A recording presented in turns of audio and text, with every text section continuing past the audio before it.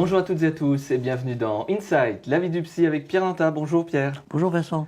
On va parler d'un sujet qui va intéresser nos téléspectateurs, on va parler violence conjugale. Un sujet grave dont une émission ne suffira peut-être pas. Pierre, comment on se situe dans le temps sur le sujet par rapport aux violences dans le couple du début du siècle, par exemple de l'avant-guerre? Est-ce qu'aujourd'hui on a fait des progrès? Pas du tout. Alors, est-ce qu'il y avait plus de violence avant que maintenant?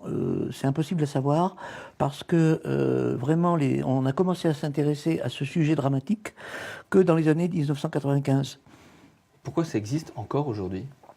Ça existe encore aujourd'hui parce que c'est presque... c'est lié à l'individu, c'est lié à la personne. Et je pense qu'on va en parler, mais la relation entre un homme et une femme, c'est quelque chose de très, très, très compliqué. On a des chiffres là-dessus? Alors, on a malheureusement des chiffres dramatiques pour les femmes, parce que les hommes, on a moins de chiffres, hein, mais pour les femmes, on sait qu'une femme meurt tous les 3 jours, sous les coups de son conjoint. Pierre, je vais vous poser une question volontairement provocante. Est-ce qu'on trouve de la responsabilité unilatérale dans cette problématique de violence conjugale ou est-ce que les deux ont des leviers d'action? Malheureusement, les deux ont des leviers d'action. Je pense que aussi bien la victime que l'agresseur sont dans une espèce de partenariat dramatique. On va brosser le portrait, le profil de la victime, de l'agresseur. Qu'est-ce qui se cache derrière? Un homme ou une femme, majoritairement des hommes, j'imagine? Oui. Derrière l'homme violent, il se cache un enfant qui a vu son père battre sa mère, ou un père qui a été maltraité par sa femme, ou un enfant qui a lui-même été dégradé, maltraité, soit par son père, ou qui a été étouffé par sa mère. Si ces enfants en ont souffert, pourquoi est-ce qu'ils reproduisent ce même schéma adulte? Il s'est passé comme une espèce de programmation. C'est-à-dire que pour eux, c'est devenu quelque chose, entre guillemets, de très normal. C'est le mode de communication normal dans lequel ils ont vécu. Alors, ils deviennent comme ça. Mais c'est pour une façon d'aimer? C'est une façon d'aimer, en effet. C'est-à-dire que, en fait, je vais faire un tout petit peu, un peu de psycho. L'enfant, quand le bébé et la mère ne font qu'une seule chose, une seule peau. Et quand le sevrage arrive, c'est-à-dire que le bébé quitte la mère, quitte le sein de sa mère, il y a deux situations. Soit ça se passe bien et la mère, il a introjecté, c'est-à-dire qu'il a gardé tout ce qu'il y avait de bon de sa mère en lui, soit ça se passe mal et il en veut terriblement à sa mère. Quand cet enfant devient adulte, il retrouve une femme et inconsciemment il se passe la même chose. C'est-à-dire que, sauf que il ne prend pas sa femme pour sa mère, mais il y a le même contact de peau.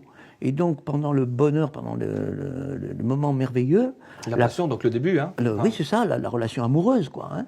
Les deux peaux sont à nouveau collées, et donc, inconsciemment, on se retrouve dans cette situation. Pour une raison ou pour une autre, si ça s'est bien passé dans l'enfance, ça va bien continuer. Et à ce moment-là, après la période rose, on se sépare, on est moins fusionnel, mais on continue de se respecter mutuellement. Soit, si ça s'est mal passé autrefois, eh bien, à ce moment-là, la femme devient le mauvais objet. Et si, en plus, dans le couple, il y a un enfant qui s'insère, alors là, c'est la catastrophe.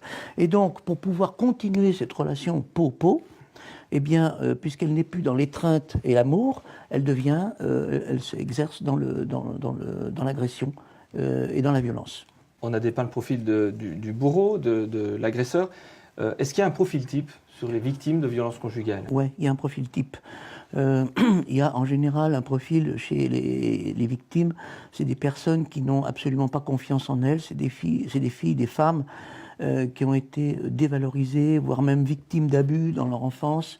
C'est des personnes qui n'ont pas vécu correctement leur enfance. C'est aussi les milieux défavorisés avec beaucoup d'alcool, beaucoup de drogue, ou alors les gens qui ont été transportés de famille en famille, enfin bon, qui n'ont pas leur place et qui ont donc un besoin de retrouver une image, quelqu'un qui va les aider.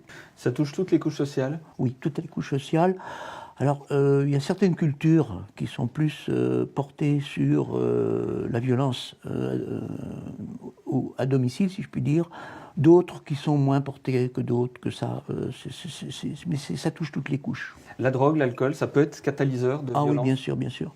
On a en mémoire des accidents mortels où, sans vouloir se faire du mal, il y en a un qui est mort. Hein, je parle de Bertrand Cantat et puis de Trintignant. Voilà. À quel moment ça bascule? À quel moment on passe d'un couple qui a une relation, on va dire lambda, au drame? Il n'y a pas un moment donné. Hein, c'est pas tout d'un coup ça arrive. Petit à petit ça s'installe. C'est-à-dire que d'une façon très sournoise, petit à petit il y a une espèce d'emprise qui se met en place d'un des conjoints sur l'autre. Le bourreau en général sur la victime? Ah bah bien sûr.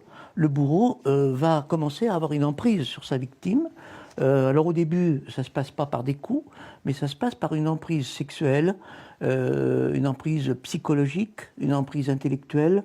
On devient, il transforme, si vous voulez, l'autre en objet. Et ça va devenir l'objet de la haine. Mais pour qu'il y ait manipulateur, il faut qu'en face il y ait une victime. Ça veut dire qu'on a bien en face quand même une personne qui joue un petit peu dans le jeu de son manipulateur. Oui, à son corps défendant. Hein. Je pense qu'on n'a jamais beaucoup de plaisir à se faire taper dessus. Mais si, en se faisant taper dessus, on peut garder ce qu'on pense être l'amour de l'agresseur, on est prêt à tout. Voire même à enlever une plainte quand on l'a déposée. On va en parler justement. Des solutions, est-ce qu'il y a des solutions? Est-ce que c'est récupérable? À quel moment s'y prendre? C'est ce que je vous propose d'évoquer avec Pierre Nanta dans la deuxième partie de cette émission.